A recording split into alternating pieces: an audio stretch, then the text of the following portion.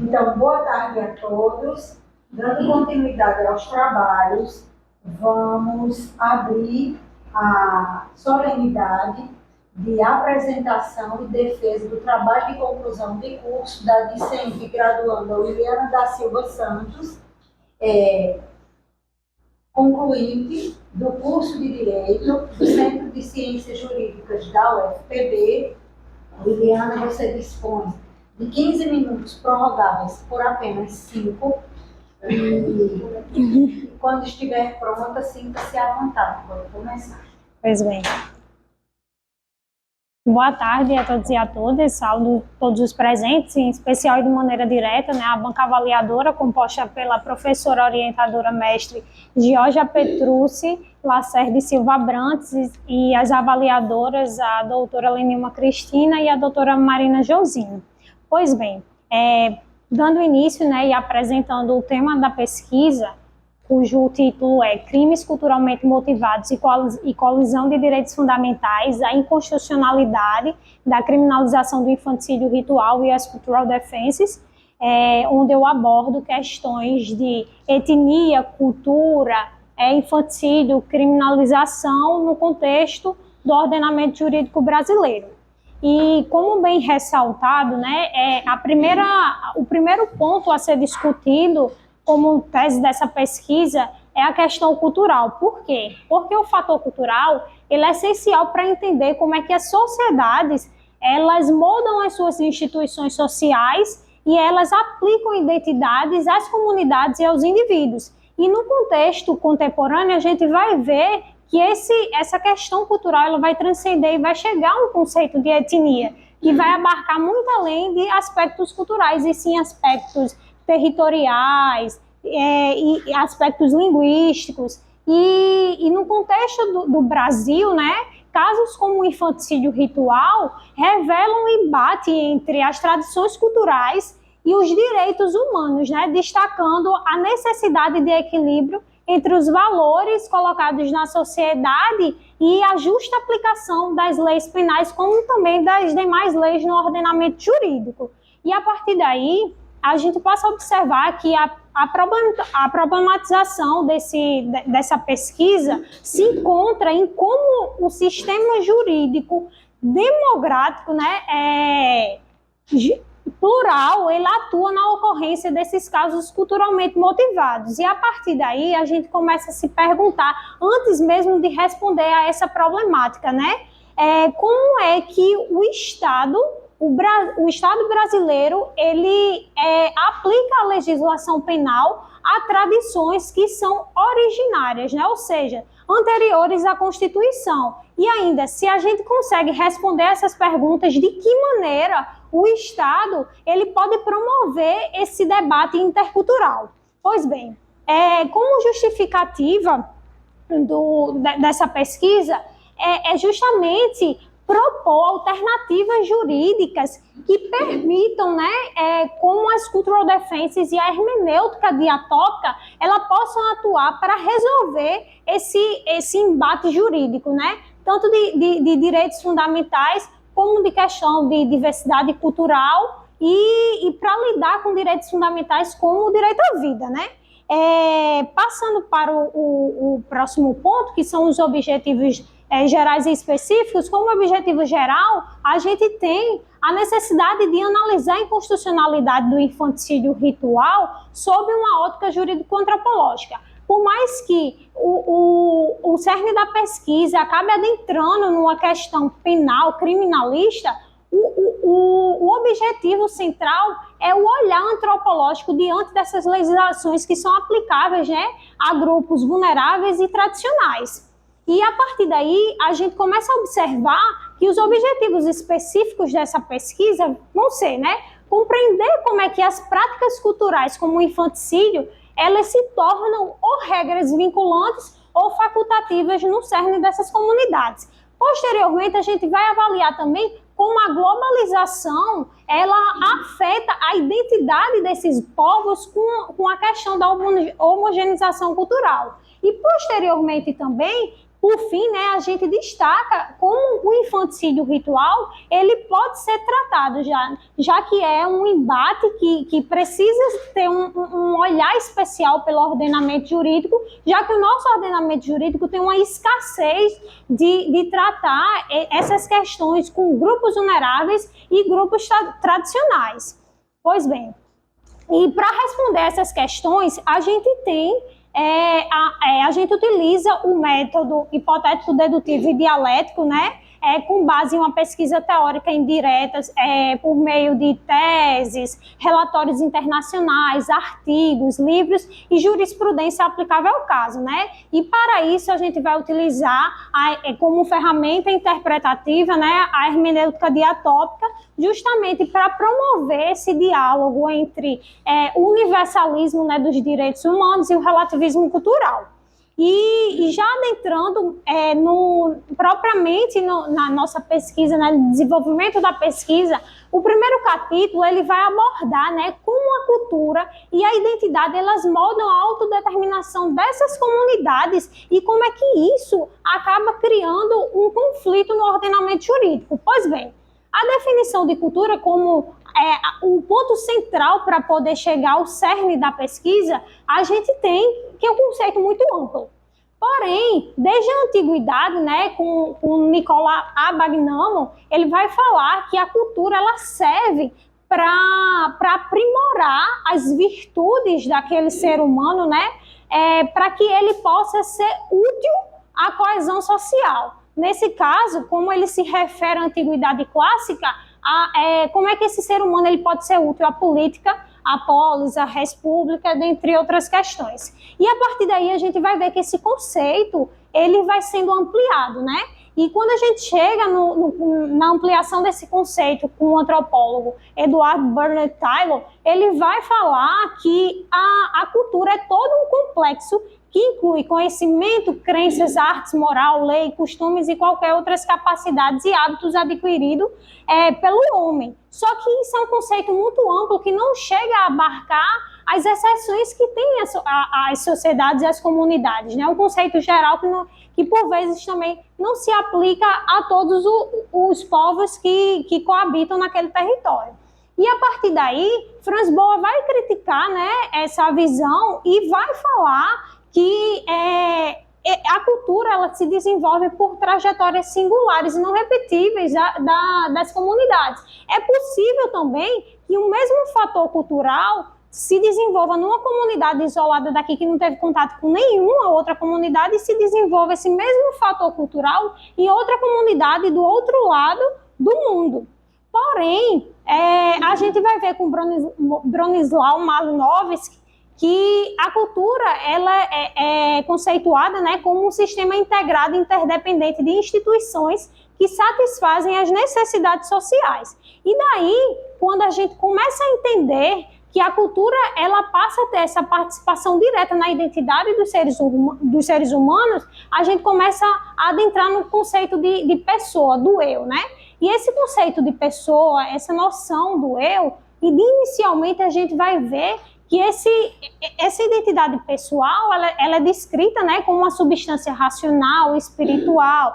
Posteriormente, a gente vai ter uma migração, né, que vai dizer que essa identidade ela também é moldada pelas relações sociais, rituais e práticas culturais, como é o caso das comunidades indígenas. E a partir daí a gente vai ver que nessas comunidades indígenas, por exemplo, a alma, dando um exemplo mais prático, né?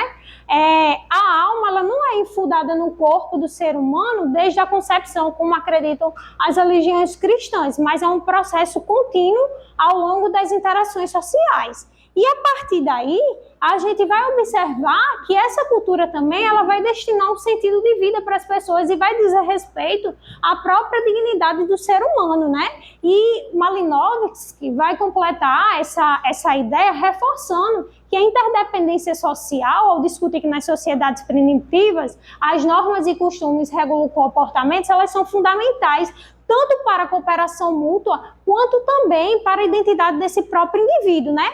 Augusto Silva Dias vai criticar essa visão, dizendo que, por mais que a cultura tenha implicância na identidade do indivíduo, ela ela não deve anular a autonomia pessoal, mas ela, querendo ou não, é uma força normativa que implica na identidade dos indivíduos. E a partir daí, a gente começa a observar no segundo capítulo, né, como é que o infanticídio ele se desenvolve nessas comunidades. E nisso, a gente observa que os indígenas, eles ao longo do período de colonização, sofreram, né, uma marginalização, escravidão, foram dizimados e a partir disso aí passaram a ter uma postura diferente, né? Comunidades semi-isoladas, isoladas justamente para manter e proteger a integridade social desses indivíduos. E nisso daí, Augusto Silva Dias vai dizer também que num período posterior na globalização, essa falha, né, ela é intensificada porque por meio da globalização, várias culturas que coabitam o mesmo território, vai haver o fator da homogeneização social, né? Então, os indígenas, diante desses aspectos, eles vão acabar sofrendo uma vulnerabilização, né? Justamente porque o ordenamento jurídico não vai considerar suas especificidades. E nisso, Hannah Arendt vai responder, né, que embora os direitos humanos eles sejam universais, eles só se realizam através do Estado-nação. E para os indígenas, o que é que acontece, né? Se submeter por muitas vezes a um conjunto de normas jurídicas que desconsiderem essas especificidades é como que anular sua própria identidade. E nisso daí, a gente vai ver que o infanticídio, porém, no início, não era exclusivo dos indígenas, né? Era também algo que afetava populações urbanas de origem portuguesa. Para quê? Para fugir de epidemia, fome, desigualdades sociais. E nisso daí, a gente vai ver que Boaventura de Souza Santos ele vai entrar com a temática da hermenêutica diatópica justamente para buscar expandir a compreensão dos direitos humanos e conciliar, né, esse universalismo com esse relativismo através de uma interpretação pluralista e inclusiva.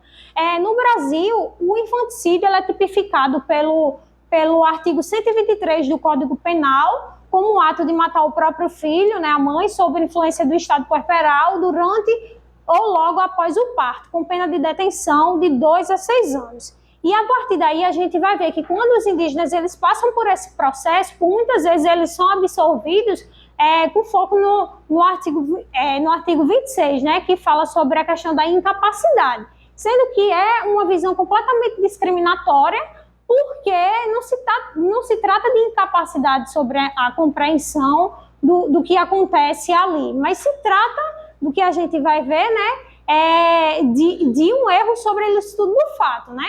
E outras questões, como outros projetos de lei, como o projeto de lei número 1057 de 2007, vai trazer essa criminalização de maneira muito mais abrupta, né?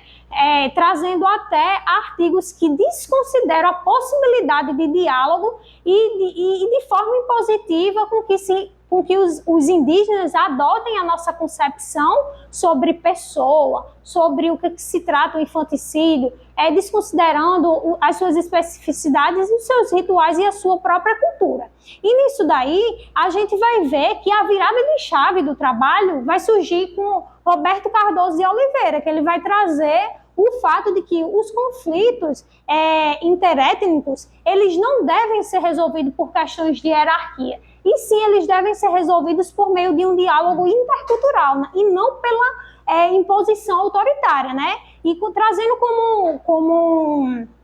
como exemplo, né, é o caso de uns missionários que desenvolveram um trabalho, né, numa comunidade indígena, e nessa comunidade indígena eles praticavam um infanticídio por questão de sobrevivência, eles só conseguiam manter 1.000 pessoas, e se ultrapassasse disso não tinha como manter. Então a gente vê aí uma problemática muito grande também em relação à falta de assistência estatal para os indígenas, nas matas e dentre outras questões. E nisso daí a gente chega no terceiro capítulo, né, propondo soluções para resolver esses conflitos, né, entre as práticas culturais e os direitos humanos fundamentais, né?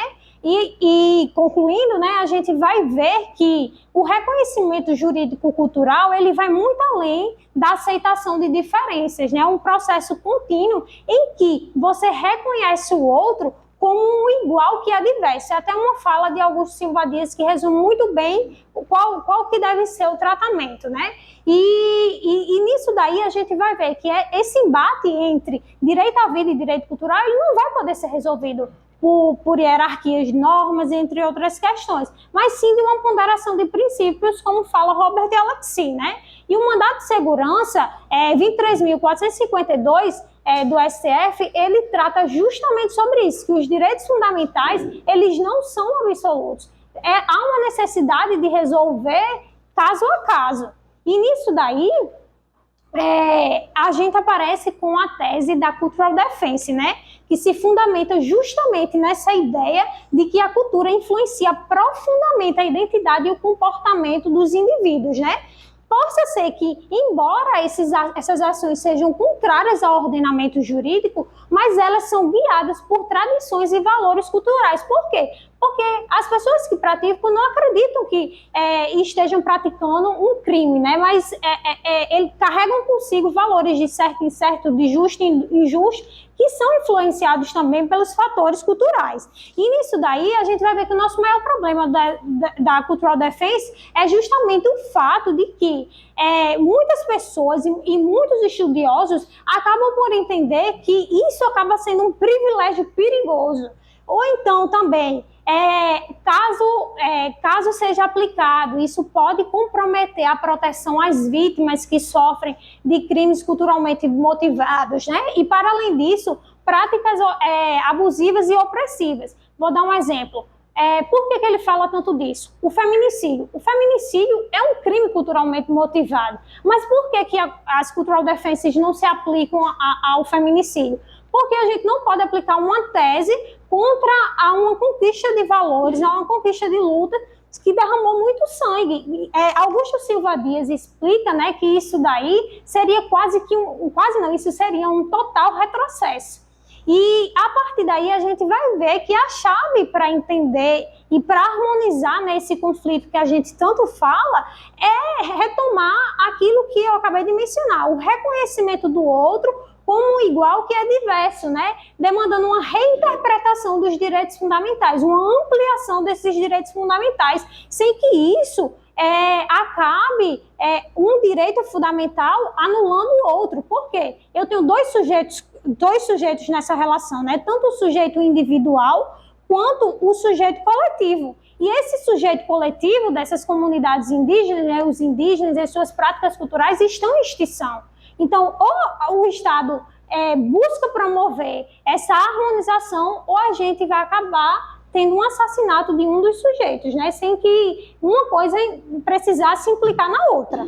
E, para concluir, né, eu concluo dizendo que, embora os direitos humanos eles não devam ser tratados com uma imposição imperialista, né? É necessário adaptá-los e ampliar a sua margem de abrangência, a sua margem de eficácia.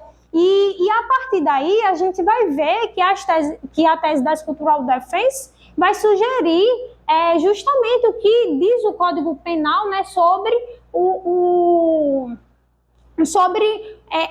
erro quanto ao fato, né? O erro sobre a ilicitude do fato, né?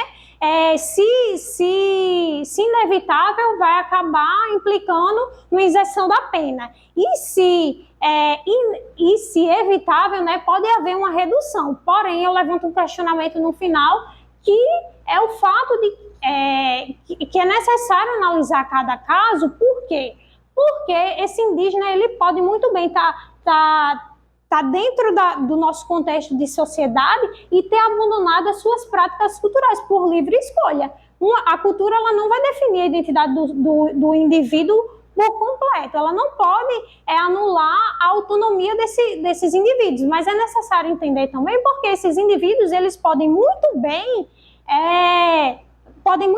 ter adentrado a nossa cultura, tanto por questões para trabalhar, estudos, por serem obrigados a isso e estarem inseridos no nosso contexto cultural. E nisso daí a gente vai precisar analisar o grau de inserção desse indivíduo e a subjetividade caso a caso. Não é possível definir uma coisa numa legislação ampla sem haver uma análise detalhada. E por isso a gente conclui que, assim, a proteção dos povos indígenas é uma questão jurídica, ética e humanitária, exigindo respeito mútuo e cooperação para preservar suas culturas e promover a justiça social. Obrigada pela atenção.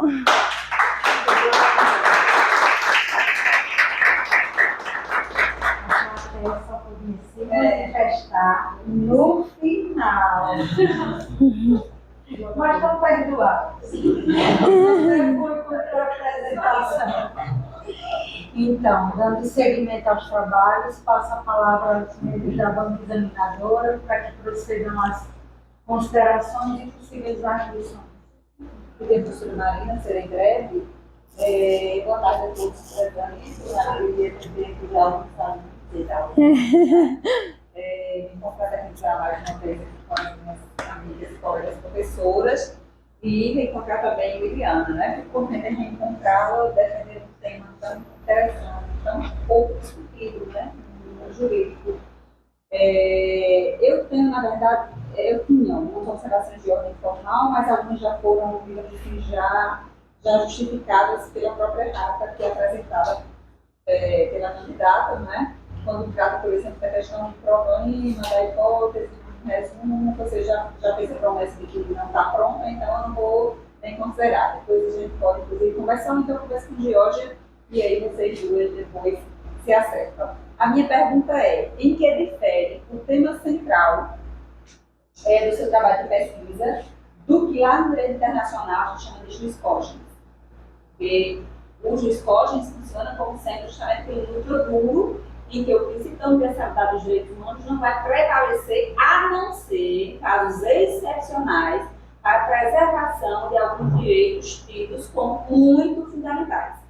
Certo? A questão, por exemplo, da tortura, que em qualquer circunstância e em qualquer lugar do mundo, seja do mundo oriental, do mundo ocidental, deve ser considerada aí como sendo habilitante à pessoa humana. Ok. A questão do racismo, independentemente do local, justamente com que finalidade? Preservar o que há de humano em nós, a nossa espécie, né? E para evitar que outras tragédias históricas possam acontecer. Eu lhe pergunto, você apresentou aí uma tese interessante, levando em consideração justamente o aspecto local. Em que difere a preservação desse núcleo duro, chamado pelo termo internacional de juiz cogens, fazendo frente ao princípio da universalidade e à tese que você defende?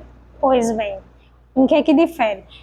A tese das Cultural Defenses, elas não se aplicam a questões que tratam sobre discriminação, sobre violência, porque isso seria justamente um retrocesso. Mas a tese que eu apresento não anula o fato dos direitos fundamentais e da necessidade de reconhecer esses direitos como inerentes a todos os seres humanos, mas sim uma necessidade de propor um diálogo intercultural, já que a gente tem pesquisas, já que a gente tem experiências na nossa comunidade que provam que esse diálogo intercultural ele não precisa anular de maneira impositiva e drástica hábitos e ações culturais, né? É como se a gente começasse a aplicar o que aconteceu na África, né? Quando os colonizadores chegaram lá e começaram a impor leis. O que foi que aconteceu ali? Acabou se desfazendo muitas culturas, muitas ações, muitos hábitos, e não é isso que a gente propõe, o que a gente quer, né? Quando a gente fala sobre o infanticídio ritual, a gente fala sobre a nossa própria cultura e sobre a nossa própria identidade como brasileiro, né? E não é essa identidade que a gente quer que desapareça, né? A missão do ordenamento jurídico é justamente harmonizar essas relações sociais. E o nosso ordenamento jurídico, ele é escasso e ele não trata de maneira específica sobre esses grupos tradicionais e vulneráveis, né? Então, é nesse sentido que difere. Uma alegria poder participar da sua banca, uma alegria também rever Aristóteles, foi do monitor, hoje eu vou Aristóteles, né? Uma alegria imensa rever. Agradeço o convite, Guilherme, para sua banca, trabalho, crimes culturalmente motivados, colisão, direitos fundamentais, a inconstitucionalidade da criminalização do exercício individual e as culturas. Cumprimentar você por ter chegado até aqui, a gente sabe que o trabalho é árduo, né? A jornada, a caminhada não é fácil, o trabalho é hercúleo. Registrar a brilhante condução da professora Georgia, acho que ninguém melhor do que ela para conduzir, para passar as primeiras luzes sobre, né, essa temática, uma vez que a dissertação dela trata brilhantemente sobre isso. Exato. Você citou nas referências. Sim. Se não tivesse citado, eu ia puxar as coisas. É uma alegria, né, rever amigas, colegas tão queridas. A Georgia foi minha professora e hoje eu tenho uma honra, uma satisfação. Eu não me canso de dizer isso, né, vivi esse momento com ela, agradecer por estar aqui hoje. E, de maneira contínua, eu passo a analisar o seu trabalho quanto ao mérito dele. Né? Veja, a sua exposição ela foi bastante segura, são algumas dúvidas que eu até havia pontuado aqui para fazer. Muito segura, é perceptível que você se preparou nesse momento, você conhece o seu trabalho melhor do que ninguém, você não titubeou, né, nas de formação, até no questionamento que a professora Lima acabou de fazer. É um trabalho pertinente, traz uma contribuição científica muito grande para todos aqueles que futuramente vão usar o seu trabalho. Gostei muito de ler, porque, de fato, é um tema que a gente não vê sendo tratado, né? Alguns temas, como a professora Jorge e outra banca já nesse semestre, são temas, muitas vezes, indigestos, né, professora, que as pessoas não gostam de enfrentar. Né? E você trouxe esse debate, né, acerca dessa temática. É evidente que o tema não se esgota, né? A temática, enquanto houver algo a se acrescentar, não se esgota, não se esgotará. Né? Nenhum tema está suficientemente discutido, mas é importante a relevância social, não só social, mas também jurídica do seu trabalho e do aprimoramento dessas discussões que envolvem o conteúdo do seu trabalho. E gostaria de fazer um parênteses, né? Inicialmente eu gostaria de fazer um destaque breve, porém eu acredito muito especial que diz respeito à parte dos agradecimentos do seu trabalho. Eu leio os agradecimentos, eu gosto muito de ler. E você dedicou, né, na verdade, você dedicou 3 páginas aos agradecimentos e eu fiz questão de ler, né, todos eles. E como dizia Antístenes, o filho de Sócrates, a gratidão é a memória do coração. Né?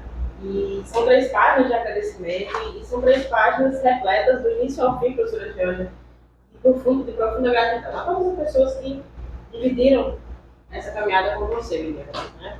E, claro, fazendo um destaque especial aos seus avós, né, Dona Luzinete e seu Severino, né? Especialmente também eu pude perceber palavras carregadas de muita fé. Você percebe que você é uma menina, né, uma garota de muita fé, e você já começa o seu trabalho, os agradecimentos citando Santa Teresa d'Ávila, né? É justo que muito custa e que muito vale. E aí a gente sabe que a jornada acadêmica é isso, é uma batalha que você trabalha todos os dias. Né? Não é fácil, não são todas que se mantêm firmes, chegam, né, onde você chegou, valentes, como você. Né? Tem relatos da professora Georgia do quanto você é valente. Então agora você faz parte desse grupo, seleto grupo, né? Dessas pessoas que estão chegar na Terra. E após realizar a leitura do seu trabalho, registra um trabalho de 100 páginas, muito fôlego, né? Sim. Está acostumado a ver monografias, né, menos densas. É um trabalho de muito conteúdo, muito fôlego. Eu pude perceber que Liliana teve cuidado com a clareza dos objetivos. E como eu disse no início, você domina o que você fala. Né? Você não fez esse trabalho para cumprir mais uma etapa da sua jornada. E a qualidade do referencial bibliográfico que você utilizou se torna na área, você citou obra de Alex. Então, assim, além de você ter citado, você soube manusear esse referencial. Não é todo mundo sabe manusear na área. E a gente, nessas bancas de TCC, a gente acaba tendo um pouco mais de flexibilidade, não exigir tanto dos alunos, mas você mostrou que tem esse tudo. Então, de fato, há uma qualidade na redação, as justificativas são coerentes, o trabalho está muito bom. Está, como eu gosto de dizer, bem redondinho. Né?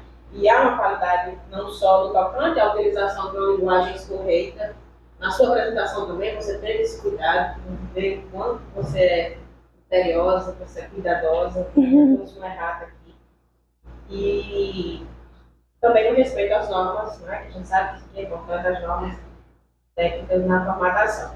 Na introdução, você realizou um breve histórico, gostei muito desse breve histórico do projeto que você apresentou, sem excessivos detalhes autobiográficos.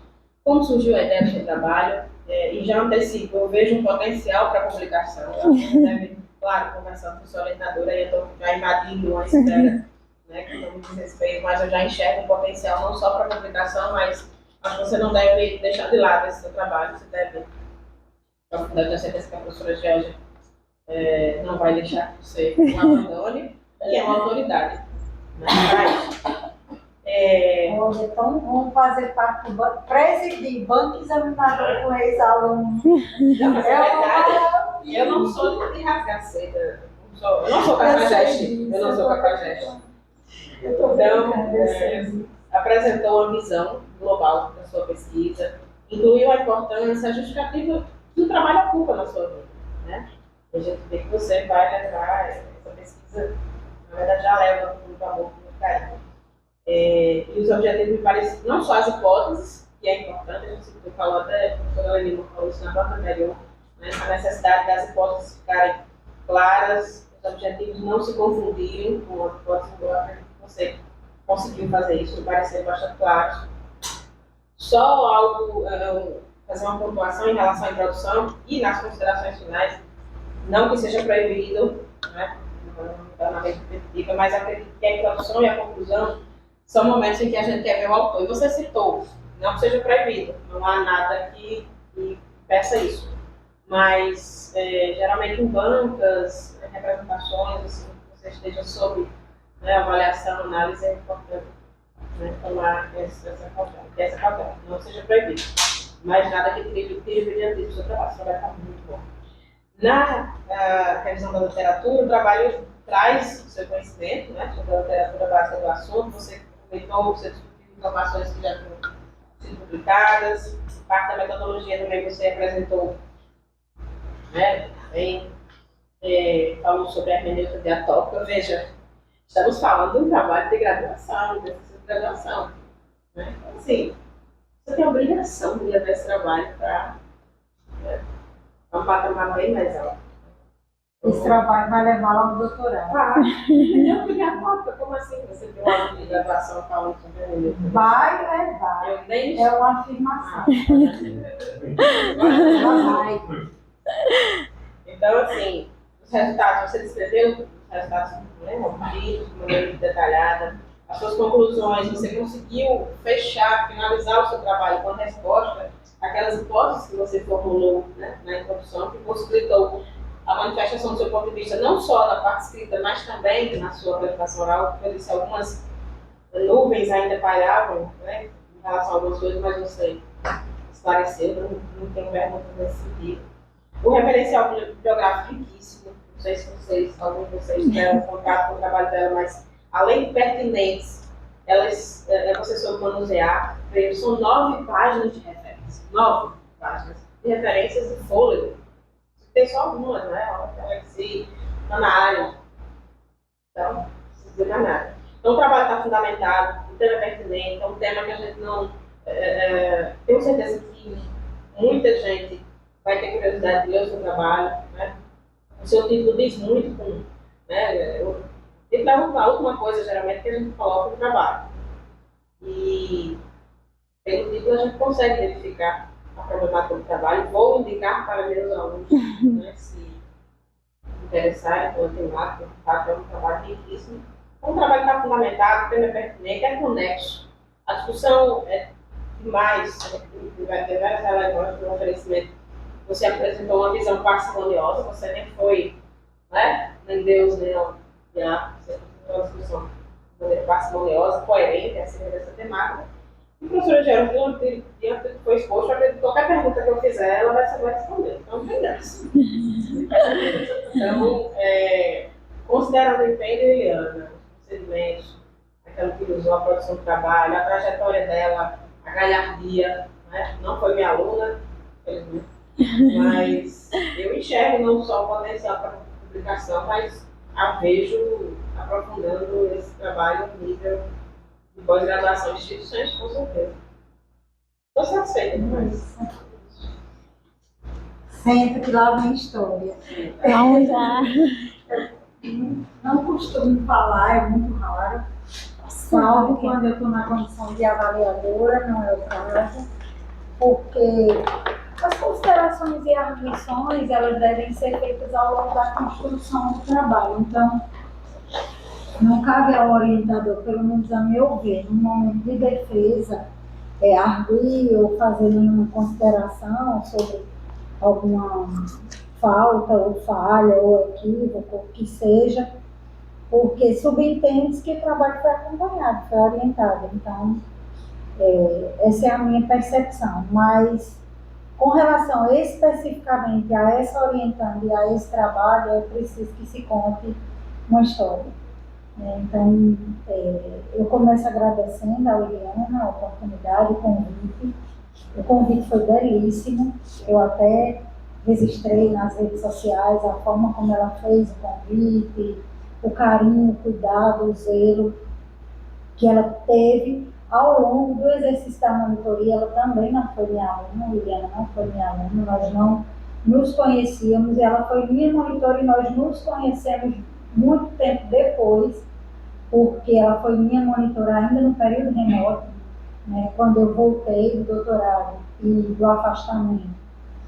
E lancei novo edital de monitoria, então ela ingressou pelo edital, tomou conhecimento da seleção de monitoria, que gostavam muito da disciplina, e assim como outras, né, naquele edital e no edital seguinte, foi minha monitora sem ter sido minha aluna. E aí, desde o início, quando eu trouxe o tema dos crimes culturalmente motivados, falei sobre o infanticídio ritual, ela se apaixonou pelo assunto e disse: professora, naquela época eu não levei muito a sério, eu não sou de criar muita expectativa. A vida me ensinou que realmente não é bom. Mas eu não levei muito a sério e ela dizia: professora, esse vai ser o assunto do meu TCC, o meu TCC vai ser sobre isso. Ela sempre repetiu. E ao longo do curso repetiu. E no final, quando ela me chamou para orientar e disse qual era o tema, eu achei aquilo tão inacreditável, achei incrível, né? Como ela persistiu. E eu gosto, embora seja geminiano é contraditório por excelência, graças a Deus, tão contraditório quanto incoerente. Eu gosto de constância, eu gosto de permanência, eu gosto de uma certa mesmice, de uma certa previsibilidade em alguns aspectos, em algumas questões. Essa é uma delas. Então, hoje a gente encerra um ciclo, e para mim é um ciclo, porque a história que eu vou contar ela nem conhece, eu acho. Se conhece, conhece uma parte, né? Ela sabe que eu não fui aluna de Augusto Silva Dias, mas que eu tive contato com Augusto por conta desse trabalho, dessa disciplina, mas ela não sabe os detalhes. Então, nós temos algumas coisas em comum, né? Primeiro, nós somos devotas de Santa Teresa d'Ávila, e ela é devota de Nossa Senhora de Fátima, que é minha madrinha de batismo, porque naquela época era possível chamar um santo. Muita gente até questiona hoje, mas como assim Nossa Senhora é sua madrinha de batismo? Naquela época, né, era possível ter uma madrinha de apresentar um ente encarnado no corpo físico, que era minha avó paterna, e entregar o afilhado a um ente abstrato, que fosse um santo, um anjo, ou algo assim. Então, minha madrinha de batismo é Nossa Senhora de Fátima, e ela está em minha casa representada. Eu até fiquei pensando, eu levo, não levo, enfim, mas como eu tenho muito ciúme dela, deixei lá, porque tive medo que acontecesse qualquer coisa, deixei ela quietinha no lugar dela, uma rosa que eu ofereci para ela hoje pela manhã. Enfim, nós temos esse ponto em comum e algumas outras inúmeras questões. Juliana teve a oportunidade de ir a Coimbra, estudou em Coimbra por conta do Giramundo, não foi? Foi numa freguesia do Porto. Eu pensava que era em Coimbra. Eu cheguei a conhecer. Chegou a conhecer Coimbra, enfim. E aí, sobre Augusto Silva Dias, que é o principal autor, que ela cita e tudo, eu emprestei o livro, que é praticamente um tratado, são mais de 500 páginas, o livro em que Augusto explora esse tema dos crimes culturalmente motivados. Foi professor da Universidade Nova de Lisboa, foi professor da professora Lenilma. Se tivesse aqui, essa altura já estava muito emocionada, ela se emocionou várias vezes. Não foi meu professor, porque eu não estudei em Lisboa, estudei em Coimbra, mas enfim, quando eu decidi fazer o doutorado em Coimbra, eu sabia que ia cursar 4 disciplinas, 2 períodos letivos. Dessas 4, 3 eram específicas na minha área de estudos e uma era uma disciplina de conhecimentos gerais. Na disciplina de conhecimentos gerais, nós tínhamos aula a cada sexta-feira com um professor diferente sobre um tema diferente. Era a única vez que a gente via aquele professor uma tarde inteira, entrando pela noite, e sobre um tema diferente a cada sexta-feira ao longo do período letivo. No final do período letivo, nós escolhíamos um professor orientador e um tema para escrever um trabalho que seria esse, mas não é, depois eu vou explicar o porquê. Essa não é a minha dissertação de mestrado, foi um trabalho que eu fiz para concluir o doutorado em Coimbra, uma das disciplinas, em decorrência do que aconteceu. Nessa disciplina, eu escolhi um professor em específico e um tema em específico e fiz o trabalho, assim como nas outras todas. Nas outras todas, eu obtive aprovação. Nessa, eu fui reprovada, porque este professor era xenófobo e eu não sabia. Só me avisaram muito tempo depois, não me serviu de nada. Não só eu, como todas as brasileiras do período letivo que o escolheram, e mais 2 portuguesas, que ele usou como bodes expiatórios para disfarçar o preconceito. Isso tudo ficou muito claro, houve muita polêmica, ele celeuma, e eu fui muito aconselhada, assim como em vários outros momentos da minha vida acadêmica e profissional, em que percalços me atravessaram, fui muito aconselhada a denunciar, judicializar, e eu disse que não, que aquilo não me interessava. Enfim, e fui reprovada por esse professor e ele, não contente em me reprovar, ainda me chamou e as outras colegas para nos dizer por que nos tinha reprovado. Então, a nós brasileiros, ele se dirigiu dizendo que nós não merecíamos estar ali, não tínhamos competência para estar ali, que estávamos ali em Portugal cursando o doutorado porque éramos incapazes de passar um processo seletivo em nossa terra e, portanto, tínhamos ido escapar em Portugal e que o melhor que a gente fazia, isso com outras palavras, era recolher a nossa bagagem e voltar para a nossa terra o quanto antes. E eu deixei que ele falasse, agradeci as palavras dele e disse que não ia seguir os conselhos dele. Agradecia muito, mas que não ia seguir, porque eu precisava concluir aquele doutorado e que, feliz ou infelizmente, pelo tema da minha tese, era muito provável que daí a 5 anos ou mais ele estivesse na minha banca examinadora. É muito provável que ele esteja. E que a gente se encontraria dali a algum tempo no dia da minha defesa de tese. É provável que seja assim. E saí. Essa reprovação atrasou em 1 ano a conclusão do meu doutorado. Eu tive que cursar mais uma disciplina. E eu não tinha mais disciplinas na minha área, que é Direito Civil, na área da minha tese para cursar. Então eu escolhi uma outra, eu não tinha nenhum outro interesse, eu escolhi uma outra da área de Ciências Jurídico-Filosóficas. Eu fui cursar Ciências Jurídico-Filosóficas depois de tantos anos fora da universidade, da academia, em Portugal, direito europeu, um contexto muito complexo, devastada, cansada, enfim. Ela sabe disso, porque por conta desses percalços, desse corpo, eu subtraí 12 quilos. Então, quando eu cheguei, todo mundo pensava que eu tinha voltado porque eu estava gravemente doente, tão magra que eu estava, por conta de tudo que aconteceu. Mas cursei a disciplina, sugeri esse tema à professora, ela acatou e eu apresentei o esboço. Nós tínhamos que escrever uma monografia no final de cada disciplina e defender essa monografia. A defesa era antes da entrega do trabalho final. Você enviava um esboço, que era já o trabalho quase todo pronto, e defendia e depois você entregava a versão final já com as considerações da professora, da disciplina. E então eu falei sobre o tema e ela me sugeriu alguma bibliografia e me sugeriu o trabalho de Augusto Nunes, que era a maior autoridade sobre o assunto, ainda vivo e lá em Portugal, e um professor de Lisboa.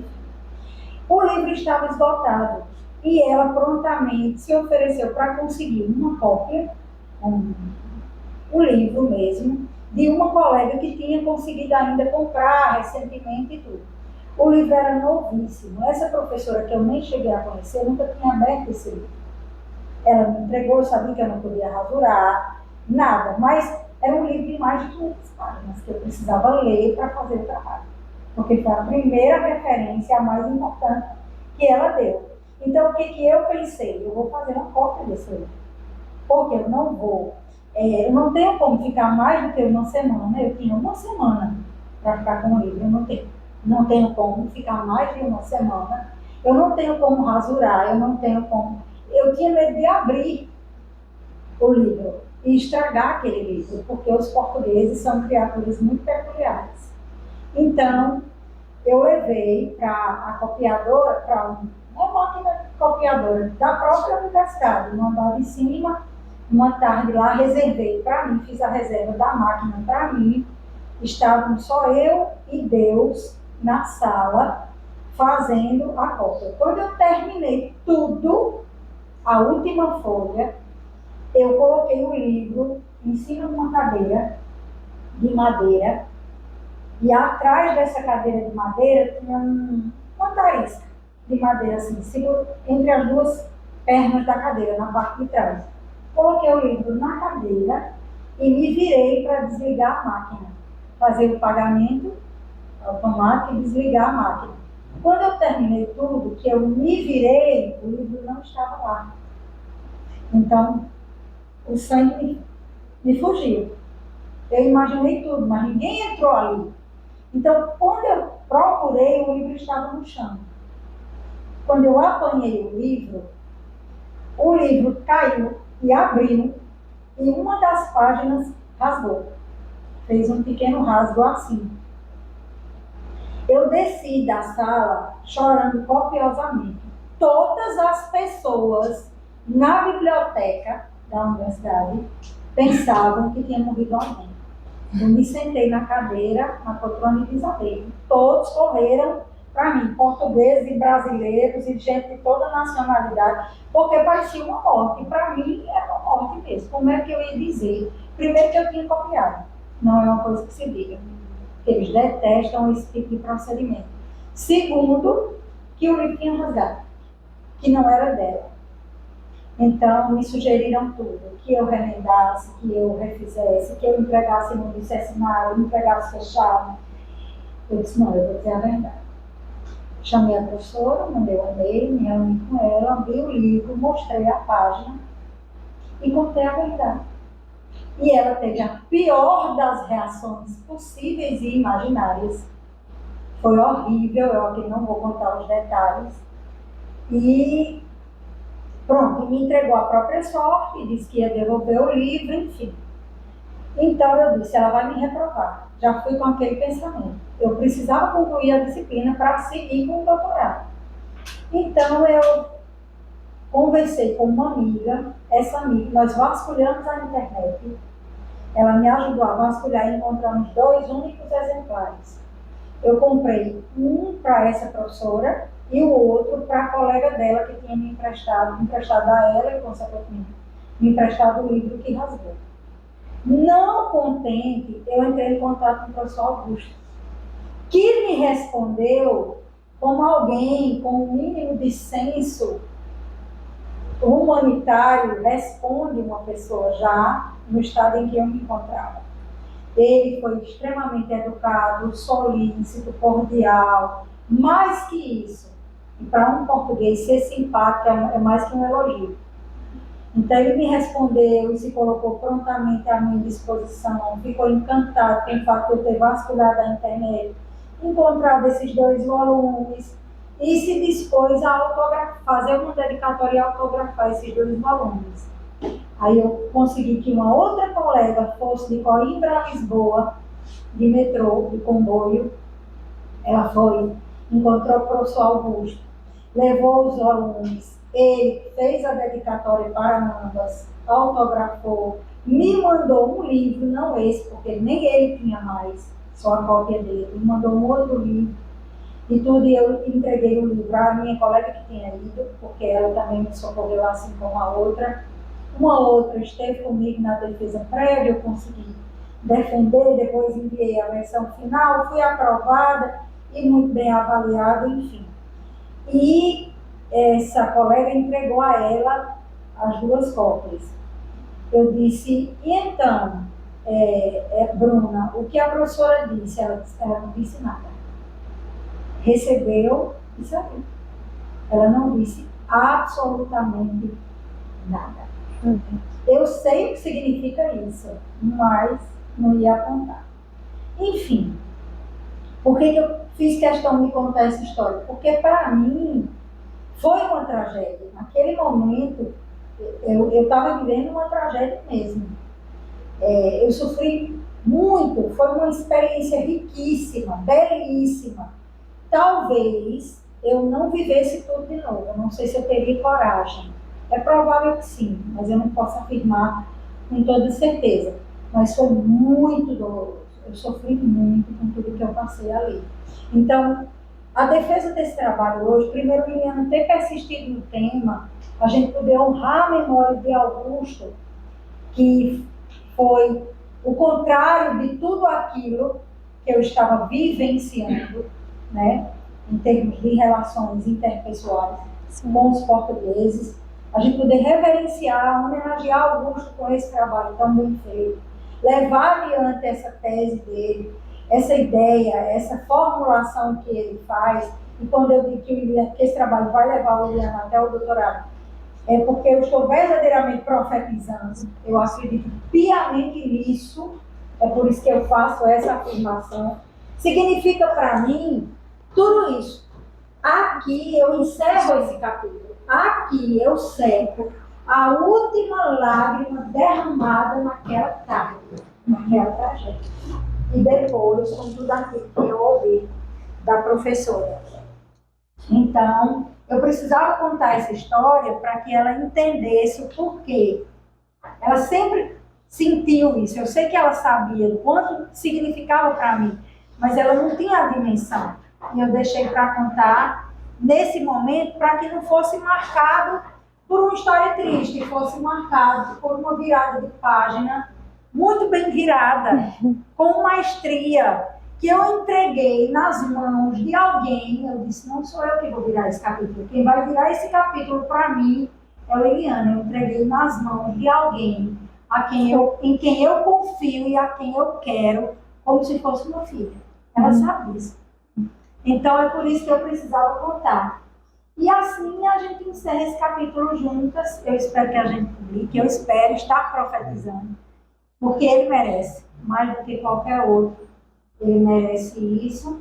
Enfim, então agora eu encerro essa primeira fase, peço que todos se retirem momentaneamente para que a gente possa fazer a atribuição do resultado e da nota.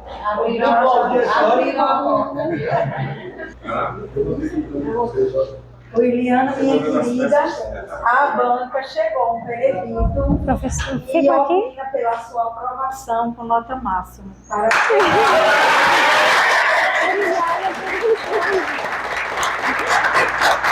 Muito obrigada.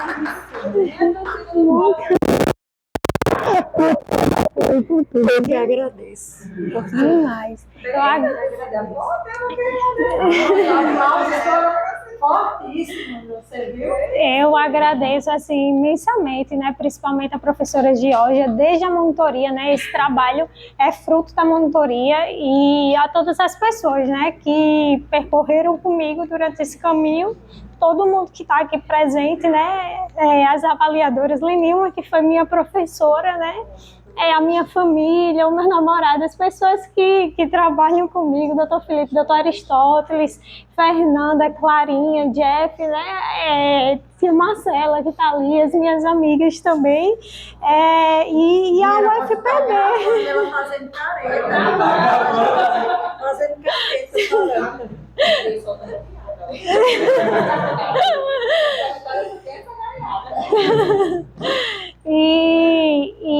E a todo mundo que realmente, né, foi preponderante para esse caminho e até chegar aqui, né? Eu dediquei esse trabalho aos meus avós e continuo a dedicar esse trabalho aos meus avós. A minha avó, ela era analfabeta, mas me deixou assim um ensinamento inestimável, né? Que foi sobre o valor do conhecimento. Então, assim, algo que ninguém tira de você. E é isso que eu levo para a minha vida, é por isso que eu também sigo os meus sonhos, né? Então, assim, eu só tenho a agradecer à senhora, né, por ser minha maior inspiração acadêmica e por ter abraçado esse trabalho comigo, me emprestando, né, a sua cópia, me dando a oportunidade de ler a sua dissertação também e poder contribuir nesse trabalho, né, de maneira significativa. Então, muito obrigada. A gente aqui agradece. Obrigada, minha Deus. Muito obrigada, professora. Vai fazer fotos. Vou fazer fotos. Georgia não quer fazer.